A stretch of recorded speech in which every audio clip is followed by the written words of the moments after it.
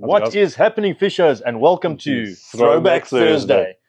So, Don, I see we have a beautiful Loomis multiplier rod on the table this evening. So there are some guys out there that still are diehard multiplier fishermen and are looking for new multiplier rods, which can be difficult to find, but are not difficult to find. You know, Loomis is a brand that's evolving in current times. Ever changing. But I've got a Loomis Sharky, which I love. But the older Loomis rods, we still got some selected stock. We've got a few left. 24 ton, but this is the 36 ton carbon. Was a nice one, yeah. And stunning rod. Yeah. Like really detailed, nicely engraved. The Fuji winch, even the Fuji, dude. Yeah, I see that printed everywhere. Fuji trigger. You know how cool that trigger is? That trigger made a big difference to my fishing when it came out. When you're trying to cast a too heavy a bait and it just stops you from twisting and slipping out. Awesome. Yeah. I don't know how many times I've thrown my rod right off my hands. Not too fat on the base. 36 ton carbon. And I must admit, one thing Loomis does very well across the range, even the cheapies, quality of carbon, lekker. Top end stuff. Nice, taut, loads up easily. Yeah. In this baby, you're also getting Fuji guides. And a decent set of guides. There's some nice, strong, double-footed guides. Decent guides.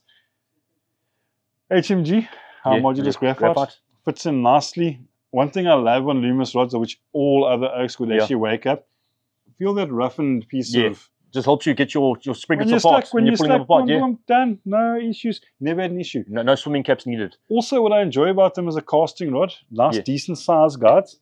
Yeah, you can get your big leaders through. I mean, this baby comes with 3 tips, eh? Correct. You said, there's 5, 6, and 7. Look at the specs now. Yeah. This is an 8-ounce tip. What I like about that, look at the size of that front guard. Let's see if Andrew's camera will focus on that front guard. Yeah. You can put a 1 mil leader knot. That's not too great. It'll go through quite easily. No problem. Yeah. Even not a pretty knot's going to go through. Yeah. So nice rods. Yeah. Pair this with like a 40 size Dower or 50 size Dower. A Grand Wave or Solstice, whatever you got lying around. One of those, fantastic.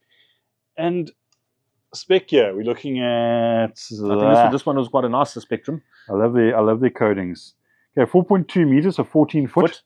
It comes with tips 6, 7, and 8 ounce. Yeah, that's nice. You know how many oaks fall on the rocks and break their tips? You've got it comes with 3 tips, oaks. You can fall twice and break them. You can fall twice and break them. There we go.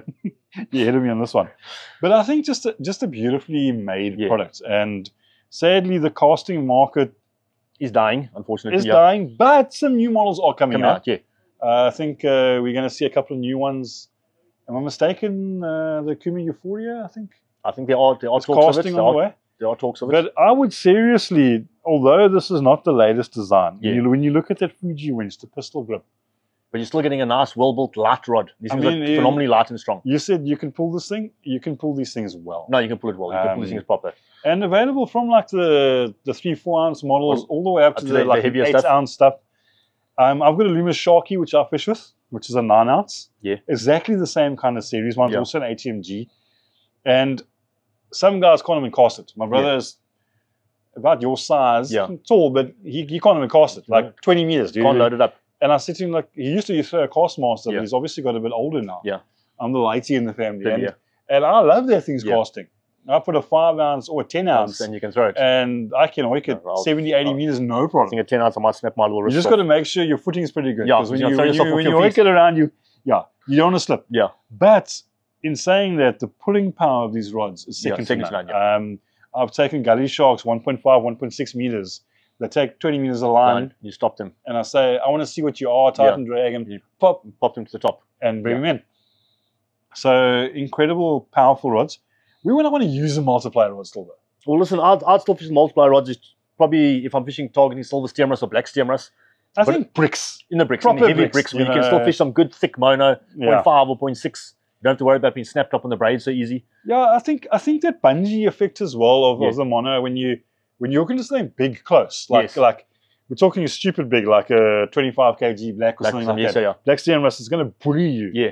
Having that abrasive resistance on mono is phenomenal. Yeah, and even that elasticity and also a little bit of bungee. It helps tire the fish out a bit too. It does. It also softens the blow on your arms a little bit as well. 100%. And I think there's some even league anglers that still have the heavy rods like it in multiplier. I'm still away. My Nana and stuff, I'll stick to Multiplier for a long time. And of course, the guys that are doing still sliding live baits and things like that. You can slide the live in, no problem. Perfect. I mean, my Loomis Shark, you can cast a 40 centimeter shad. Yes, yeah. You know, I wouldn't like to cast a 40 centimeter shad on a grinder rod. No, it's not going to handle it. No, it's not designed for that.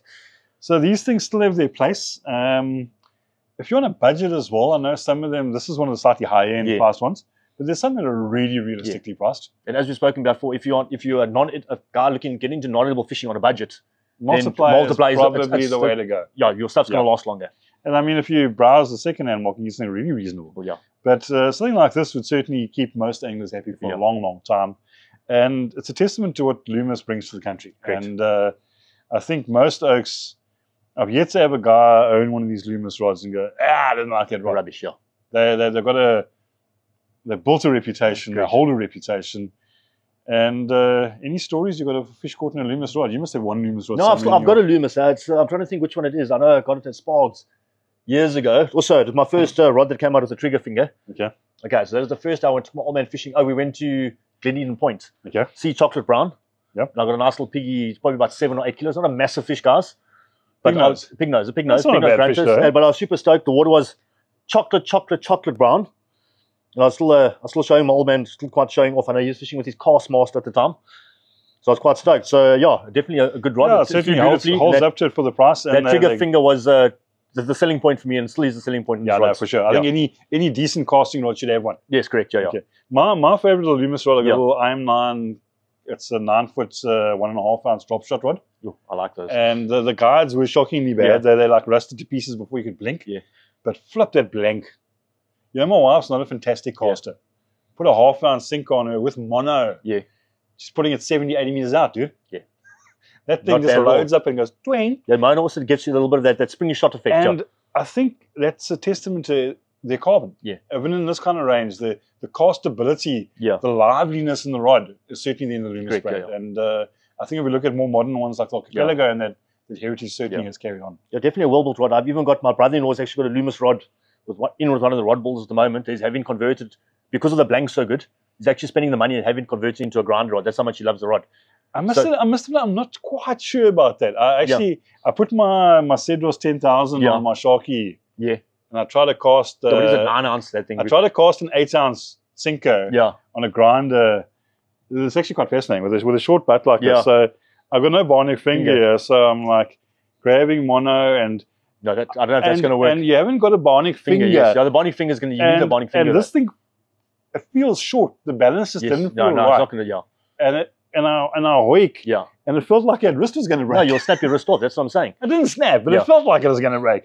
It hurt. Yeah, that's why he's converting. He's having a bionic finger and everything fitted to full conversion.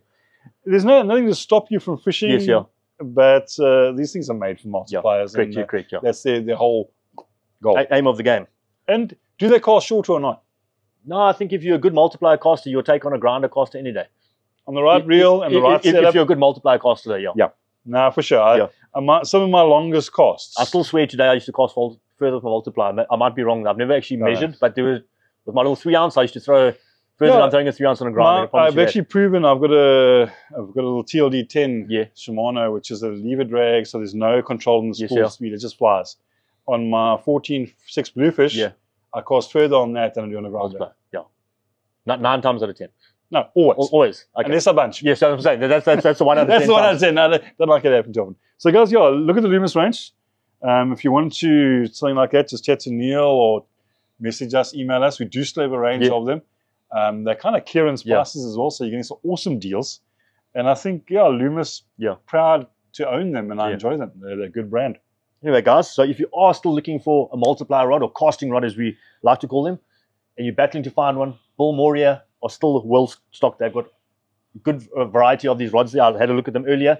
There are some guys still looking for rods to replace their rods, or if you want to fish and you actually want to fish with multipliers, have a look at Bilimoria. Check out their website, and they will have a rod for you. I can promise you that.